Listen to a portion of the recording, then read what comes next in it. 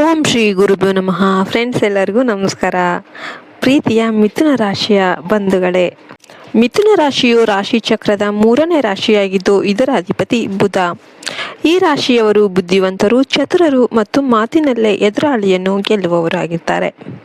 ಆದರೆ ಬುಧನ ಪ್ರಭಾವವಿದ್ರೂ ಕೆಲವೊಮ್ಮೆ ಜೀವನದಲ್ಲಿ ಅನಿರೀಕ್ಷಿತ ಅಡೆತಡೆಗಳು, ಗೊಂದಲಗಳು ಎದುರಾಗುತ್ತೆ. ಇದಕ್ಕೆ ಜ್ಯೋತಿಷ್ಯ ಶಾಸ್ತ್ರದಲ್ಲಿ ಕುಲದೇವಿಯ ಬಂಧನ ಅಂತ ಪ್ರಬಲ ಕಾರಣ ಕೂಡ ಇರಬಹುದು.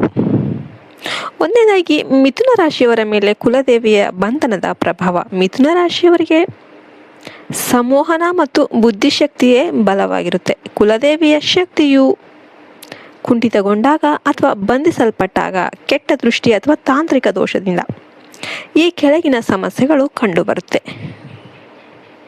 ನಿರ್ಧಾರ ತೆಗೆದುಕೊಳ್ಳಲು ಗೊಂದಲ. ಸರಿಯಾದ ಸಮಯದಲ್ಲಿ ಸರಿಯಾದ ನಿರ್ಧಾರ ತೆಗೆದುಕೊಳ್ಳಲು ಸಾಧ್ಯವಾಗದೆ ಕೈಗೆ ಬಂದ ಅವಕಾಶಗಳು ಕೈತಪ್ಪುತ್ತೆ. ವ್ಯಾಪಾರದಲ್ಲಿ ನಷ್ಟ, ಅವಕಾಶಗಳು ಕೈತಪ್ಪುತ್ತೆ,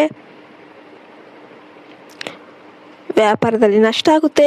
ಬುಧನು ವ್ಯಾಪಾರದ ಕಾರಕ ಆಗಿರೋದ್ರಿಂದ ಕುಲದೇವಿಯ ಅನುಗ್ರಹ ಇಲ್ಲದೆ ಇದ್ರೆ ವ್ಯಾಪಾರದಲ್ಲಿ ಅನಿರೀಕ್ಷಿತ ಕುಸಿತ ಅನ್ನೋದು ಕಂಡುಬರುತ್ತೆ. ಚರ್ಮದ ಸಮಸ್ಯೆಗಳು ಅಥವಾ ನರಗಳ ದೌರ್ಬಲ್ಯ. ಆರೋಗ್ಯದಲ್ಲಿ ಸಣ್ಣ ಪುಟ್ಟ ಸಮಸ್ಯೆಗಳು ಸದಾ ಕಾಡ್ತಾ ಇರುತ್ತೆ. ಗೃಹ ಕಲೆ, ಮನೆಯಲ್ಲಿ ಸದಾ ಗದ್ದಲ, ಅಶಾಂತಿ ಮತ್ತು ಪರಸ್ಪರ ಅಪನಂಬಿಕೆ ಉಂಟಾಗೋದು. 14 ಮಾರ್ಚ್ ಅಂದು ಚಂದ್ರನ ಸಂಚಾರವು ನಿಮ್ಮ ರಾಶಿಯ ಮೇಲೆ ಧನಾತ್ಮಕ ಪ್ರಭಾವ ಬೀರಲಿದೆ. ಆರ್ಥಿಕತೆ. ಇಂದು ಹೊಸ ಆದಾಯದ ಮೂಲಗಳು ತೆರೆದುಕೊಳ್ಳುತ್ತೆ. ಹೂಡಿಕೆ ಮಾಡಲು ಇದು ಸೂಕ್ತ ಸಮಯ ಆಗಿರುತ್ತೆ. ಆದರೆ ಹಣದ ವ್ಯವಹಾರದಲ್ಲಿ ಜಾಗರೂಕರಾಗಿ ಇರಬೇಕಾಗುತ್ತೆ. ಉದ್ಯೋಗದಲ್ಲಿರುವವರಿಗೆ ಕಚೇರಿಯಲ್ಲಿ ಹೊಸ ಜವಾಬ್ದಾರಿಗಳನ್ನೋದು ಸಿಗುತ್ತೆ. ನಿಮ್ಮ ಬುದ್ಧಿಶಕ್ತಿಯಿಂದ ಕಠಿಣ ಕೆಲಸವನ್ನು ಸುಲಭವಾಗಿ ಮುಗಿಸ್ತೀರಾ. ಇನ್ನು ವ್ಯವಹಾರ, ಸಾಫ್ಟ್ವೇರ್, ಬರಹಗಾರರು ಅಥವಾ ಮಾರ್ಕೆಟಿಂಗ್ ಕ್ಷೇತ್ರದಲ್ಲಿರುವವರಿಗೆ ಇಂದು ಲಾಭದಾಯಕ ದಿನವಾಗಿರುತ್ತೆ. ಪ್ರೀತಿ ಮತ್ತು ಸಂಬಂಧ.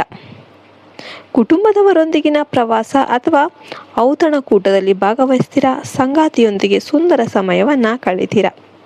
3ನೇದಾಗಿ, ಸಂಬಂಧಿಕರ ಹೆಸರಿನ ಸುಳಿವು ಮತ್ತು ದೋಷಗಳು. ವಿಡಿಯೋದಲ್ಲಿ ಹೇಳಿರುವಂತೆ ಮಿಥುನ ರಾಶಿಯರ ಒಂದು ಏಳಿಗೆಯನ್ನು ನೋಡಿ ಅಸೂಯೆ ಪಡೋದಕ್ಕೆ ಕೆಲವರು ನಿಮ್ಮ ಪ್ರಗತಿಯನ್ನು ಕಟ್ಟಿ ಹಾಕಿರಬಹುದು.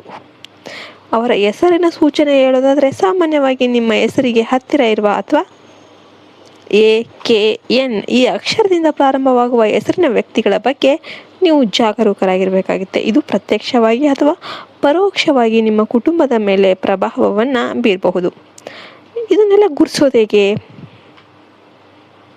ನಿಮ್ಮ ಮನೆಗೆ ಅಂತಹ ವ್ಯಕ್ತಿಗಳು ಬಂದಾಗ ಅಥವಾ ಅವರ ಬಗ್ಗೆ ಮಾತನಾಡಿದಾಗ ಮನೆಯಲ್ಲಿ ವಾತಾವರಣವು ಇದ್ದಕ್ಕಿದ್ದಂತೆ ಗೊಂದಲಮಯ ಆಯಿತು ಅಂತಂದರೆ ಅಥವಾ ಕೆಲಸಗಳು ಕೆಡ್ತಾ ಇದ್ದರೆ ಅದು ನಕಾರಾತ್ಮಕ ಶಕ್ತಿಯ ಸಂಕೇತವಾಗಿದೆ. ಇನ್ನು 4ನೇದಾಗಿ, ಕುಲದೇವಿಯ ಬಂಧನ ಮುಕ್ತಿಗೆ ಮಿಥುನ ರಾಶಿಯವರು ಮಾಡಬೇಕಾದ ಪರಿಹಾರಗಳೇನೇನು? ಬುಧನ ಅಧಿಪತ್ಯ ಇರುವ ಮಿಥುನ ರಾಶಿಯವರು ದೈವ ಬಲ ಹೆಚ್ಚಿಸಿಕೊಳ್ಳೋದಕ್ಕೆ ಈ ಕ್ರಮಗಳನ್ನು ಖಂಡಿತವಾಗ್ಲೂ ಅನುಸರಿಸಲೇಬೇಕು. ಬುಧವಾರದ ದಿನ ದೀಪಾರಾಧನೆ ಮಾಡಿ. ಪ್ರತಿ ಬುಧವಾರ ಮನೆಯಲ್ಲಿ ಮಹಾವಿಷ್ಣುವಿನ ಮುಂದೆ ತುಪ್ಪದ ದೀಪ ಹಚ್ಚಿ ವಿಷ್ಣು ಸಹಸ್ರನಾಮ ಪಠಿಸಿ.